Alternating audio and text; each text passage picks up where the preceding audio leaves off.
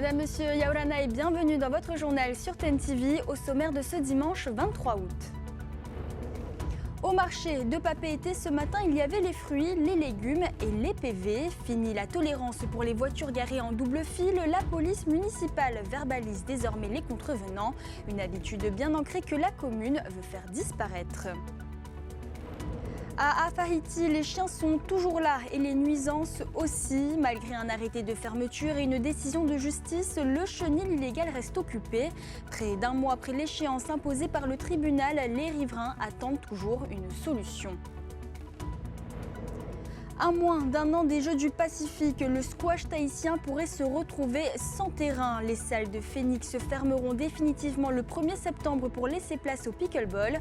Coup dur pour les joueurs en pleine préparation.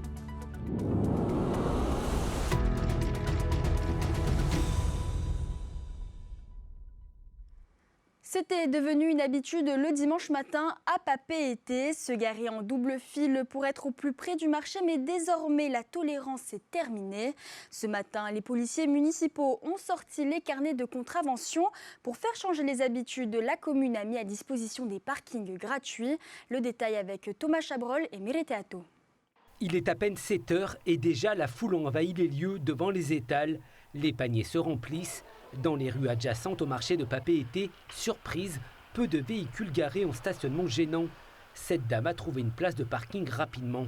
D'habitude, quand on arrive, on se mettait en double fil, voilà. Mais maintenant, je pense avec le nouveau règlement, j'ai trouvé facilement. Jusqu'à présent, pour se garer au plus près, certains automobilistes n'hésitaient pas à stationner en double fil, une pratique longtemps tolérée. Mais la commune veut changer les habitudes pour des raisons de sécurité sur la voie publique. Et il y a beaucoup de monde qui finalement ne viennent plus au marché aussi à cause de ça. Donc là, le principe c'est d'appliquer le code de la route, on essaye de se garer comme il faut. Et là, à partir de ce moment-là, on vient au marché plus tranquille peut-être on passe plus de temps. Pour veiller au respect de cette nouvelle réglementation, les policiers municipaux ont verbalisé les véhicules mal garés. Des dizaines de contraventions allant de 4 150 francs jusqu'à 16 100 francs ont été dressées. Des solutions de stationnement gratuits sont proposées. En plus des 170 places sous l'hôtel de ville, 55 autres places sont désormais disponibles sur le parking du Komintang face à la mairie. Ouais, celui de là-bas. Oui, c'est une bonne chose. C'est très bien fait. Non, si tu as de la chance, tu arrives à trouver ta place devant la mairie. Quelqu'un part au moment où tu arrives. Sinon, bon, c'était toléré jusqu'à récemment. On se mettait parfois en double fil, c'est vrai, mais voilà. Grâce à ça, maintenant, on a une solution. La mairie a aussi entamé des démarches avec des propriétaires privés pour la mise à disposition d'un autre parking au quartier du commerce. À Afahiti, les règles peinent aussi à être appliquées autour d'un chenil illégal. Fermé par arrêté en mars, puis visé par une décision de justice en avril, il est pourtant toujours occupé. L'échéance fixée par le tribunal est dépassée depuis près d'un mois et pour les riverains, les nuisances continuent. Reportage de Heiro Atuahu, commentaire signé Athéna Milcam. Là, c'est fissuré et les écoulements se font par là. Le mur est complètement mouillé. Et là, c'est de la merde. Voisine directe du chenil illégal de Afahiti, Pascaletta Boudner pousse un énième appel de détresse. Nuisances sonores et problèmes d'insalubrité et d'hygiène, bien qu'interdite par la justice et le ministre de l'Environnement, la situation de cette implantation sauvage n'évolue pas malgré une baisse du nombre de chiens recueillis. Donc le gouvernement nous a mis vraiment dans la merde. Alors qu'est-ce qu'ils attendent pour réagir? On a envoyé du courrier à la DIREN, au ministère de l'Environnement, au ministre, on part directement. Personne ne bouge. Qu'est-ce qu'il faut faire? C'est un chenil qui est illégal, qui est reconnu illégal. Et c'est encore là au bout de 10 mois. Ce jeudi, le président du pays lui-même fait le déplacement à la presqu'île de Tahiti pour faire un point sur le dossier avec la mairie. Un premier terrain d'accueil des animaux de 3000 m² avait été identifié sur les hauteurs du plateau de Taravor avant une levée de boucliers des agriculteurs. Ce n'est pas le gouvernement qui a créé ce problème, c'est une association qui s'est octroyé le droit de regrouper quasiment 100 chiens au même endroit sans demander aucune autorisation. Donc ce n'est pas le gouvernement qui a créé ce problème, le gouvernement il vient apporter des solutions. Maintenant, tout gouvernement qu'on est, et je dirais même parce qu'on est le gouvernement, on est tenu de respecter la réglementation. Donc il y a des choses que certains s'arrogent le droit de faire en dépit de toute réglementation. Le gouvernement ne peut pas, on va dire, faire des choses en ne respectant pas la réglementation qui les dicte lui-même. À ce stade, une seule certitude. La réglementation en vigueur est reconnue bafouée depuis plusieurs mois par les autorités du pays et par la justice. Le calvaire du voisinage reste, lui, d'actualité. Et face à cette situation, le ministre en charge de la cause animale, Teiwini Tehei, assure que des solutions ont été trouvées pour déplacer prochainement les dizaines de chiens de ce refuge légal. On écoute ses explications au micro de Thomas Chabrol. À partir du moment où on dépasse le nombre de 20 chiens, on est obligé d'avoir un classement en ICPE. Donc tout ce que nous recherchons actuellement, c'est des terrains, et on les a trouvés, des terrains pour justement mettre en place ces refuges, je dirais, low-tech, c'est-à-dire qui peuvent accueillir 19 chiens, qui ne nécessitent pas d'aménagement lourd, mais qui permettent néanmoins de sécuriser ces animaux de compagnie et surtout de faire en sorte que le refuge actuellement illégal sur la Faïti, les chiens qui sont en place puissent être délocalisés sur d'autres sites. Les terrains sont identifiés, ça fait l'objet de la demande du collectif 3 pour justement l'installation de plusieurs petits refuges qui permettront de délocaliser par nombre de 19 chiens sur ces sites qui seront agréés pour. Direction Raiatea, à présent où la journée mondiale du cocotier voit plus grand cette année. Elle devient le festival du cocotier. 3 jours de célébration du 2 au 4 septembre sur le site du marais de Tapu-Tapu-Atea. Une édition qui accueillera des invités venus de l'ensemble du triangle polynésien. Ronnie Moufat nous en dit plus, regardez.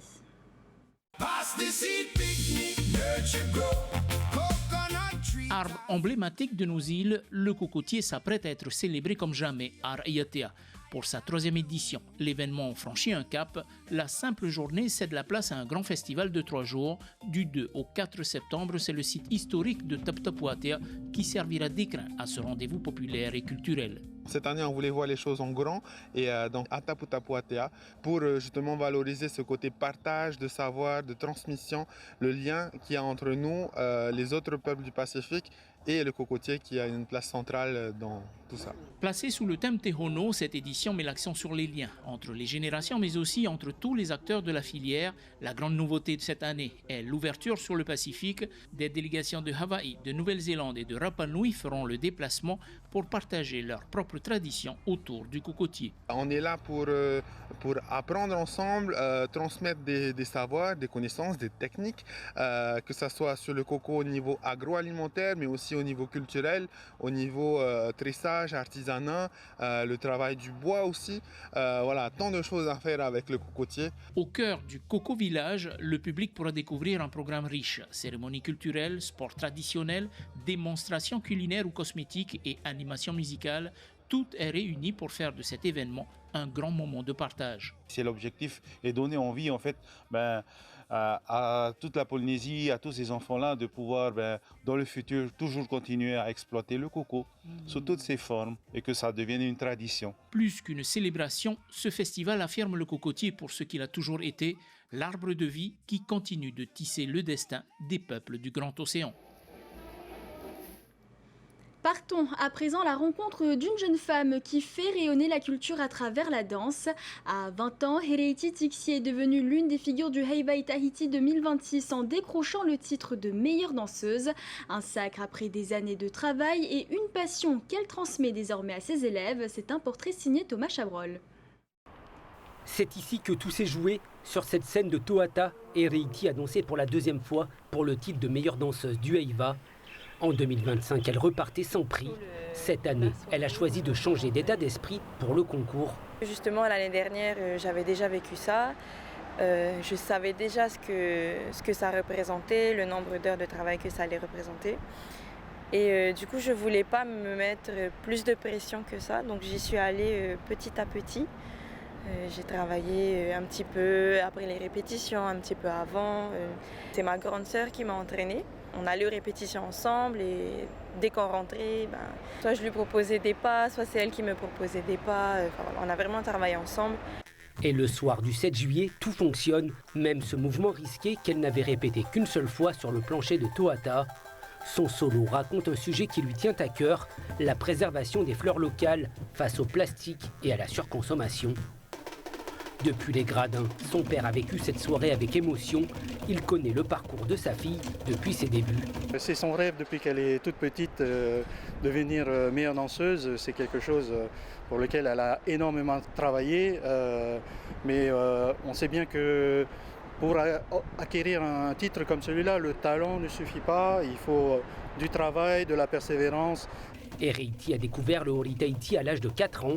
Quelques années plus tard, elle se lance dans le taekwondo, jusqu'à la ceinture noire, puis reprend la danse. L'art martial lui apprend la discipline, mais aussi à accepter la défaite, des valeurs qu'elle retrouve dans la danse. Elle a l'habitude de tomber et de se relever. Après le Haïva et plusieurs compétitions à l'international, Reiti retrouve ses élèves pour la reprise des cours. Et ce sont mes hanches qui poussent. Je pousse pas avec mes pieds. Ici, elle n'est plus la compétitrice, elle est la professeure pour transmettre sa passion. Ça fait du bien de revenir à l'école de danse aussi. Et c'est vrai, donc j'enseigne depuis 2020. Donc le cours d'aujourd'hui se consacre vraiment sur la technicité, sur la prise de confiance en soi, pour les préparer au mieux pour les concours solo. La jeune danseuse connaît la pression d'une compétition et les heures de répétition nécessaires pour progresser. Elle accompagne ses élèves pour les préparer à leur tour. On attend un niveau assez exigeant en compétition et qu'on puisse aller au-delà avec Reiti, c'est vraiment sympa. Elle sait déjà comment je dois m'y prendre et du coup je vais écouter ses conseils. Vu qu'elle est forte, elle a les techniques, donc franchement ça me va. Ça te motive en tout cas? Oui, voilà. La meilleure danseuse du Haïva Tahiti 2026 continue à transmettre. Elle retrouvera les feux des projecteurs au Ura Tapairu à la fin du mois de novembre. Place à présent au championnat du monde de va à vitesse. Direction Singapour, Ono Aito poursuivent leur course aux médailles, c'est tout de suite.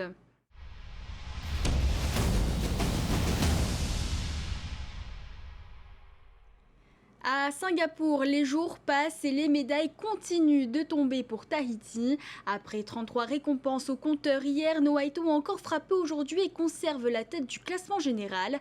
Les temps forts de cette 5e journée avec Thomas Chabrol, Naya Bennett et Olivier Huc.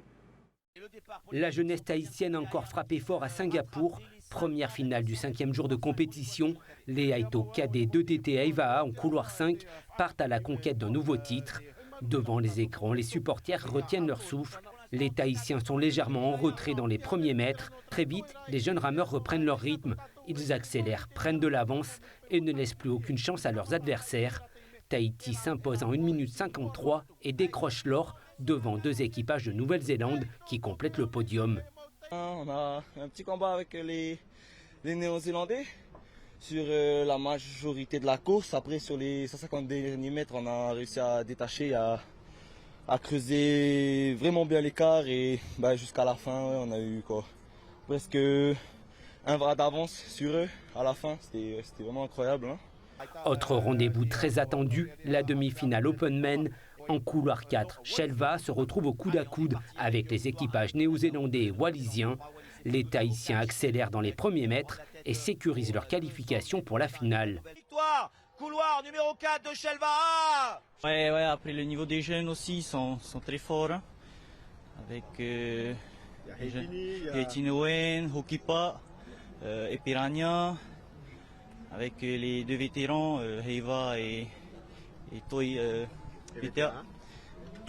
Chez les femmes, en Master 40, en revanche, pas de finale pour Jenny Hoffman. La Tahitienne s'incline face à une forte concurrence australienne et néo-zélandaise.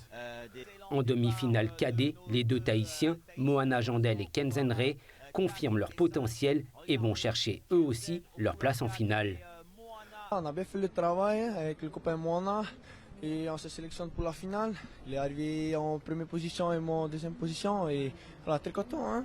Et on verra sur la fin qui sera le champion. Autre performance, la finale V12 Master Femmes 50 ans. L'équipage de Punaru Ruatu en couloir 4 prend un excellent départ. Les Tahitiennes s'installent immédiatement en tête et ne lâchent plus leur première place. Jusqu'au dernier coup de rame, elles résistent et deviennent les reines de Singapour en décrochant une nouvelle médaille d'or. En fait, on a pris un bon départ. C'était un peu le cafouillage, mais on n'avait qu'une seule chose dans la tête, c'est de gagner et de ramener cette médaille à la Polynésie et à tous ceux qui se sont déplacés pour nous faire ce cadeau-là, cet honneur d'être sur l'eau. Et de l'or, il y en a eu encore en finale Master Homme 40 ans. Au couloir 5, Paddling Collection en tête dès le départ de course face à Wallis et Futuna. L'écart est serré, 1 mètre. L'équipe de Tahiti maintient l'effort et franchit en premier la ligne d'arrivée.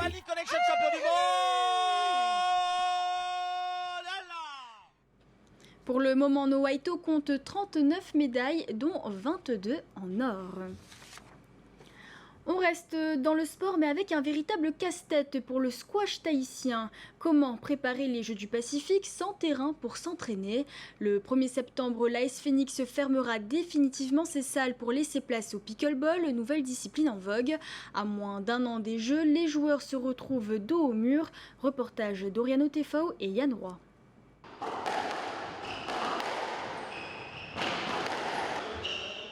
Dernière séance d'entraînement dans les salles de squash du complexe sportif Phoenix à Punaoya.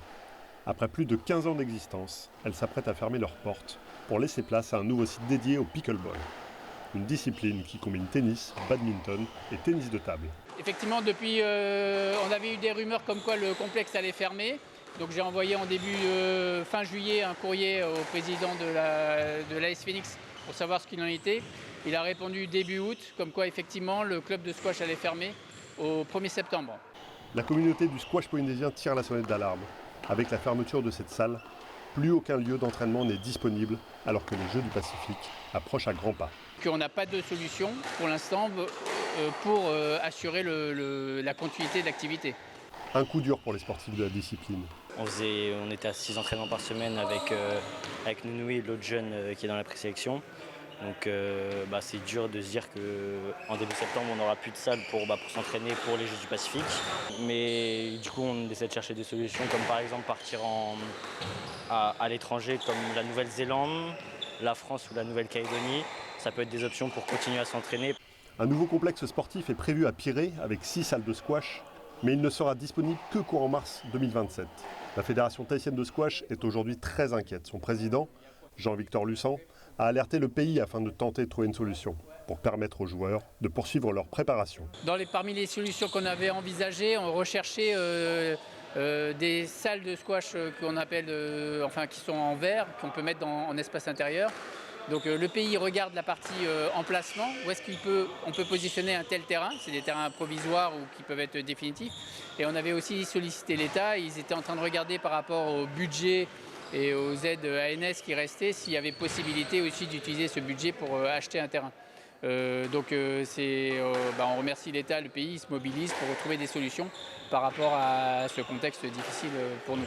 Le squash fait partie des 7 disciplines optionnelles retenues pour les Jeux du Pacifique 2027. Une discipline choisie par le comité olympique de la Polynésie française et qui se retrouve donc, dans quelques jours, sans salle pour s'entraîner. Et avant de refermer ce journal, vigilance sur le littoral. La vigilance orange vague submersion s'étend désormais aux îles du Vent, en plus des Australes, des Tuamotu ouest et sud et des Gambiers. Une houle puissante de sud-sud-ouest peut atteindre 5 mètres par endroit avec des risques de débordement localisés. Les sorties en mer et les activités nautiques sont donc fortement déconseillées. C'est la fin de ce journal, merci de votre fidélité. Dans un instant, retrouvez Tahiti Inc. Puis Bien dans son phare vous emmènera à Huahine. Plus tard, direction Singapour avec la team TNTV pour l'IVF VA Sprint 2026. Demain, Athéna Milcam vous retrouvera pour votre journal. Quant à moi, je vous souhaite une très belle soirée et un excellent début de semaine à tous. À très bientôt sur TNTV. Retrouvez ce journal en replay sur notre site internet et notre application mobile TNTV.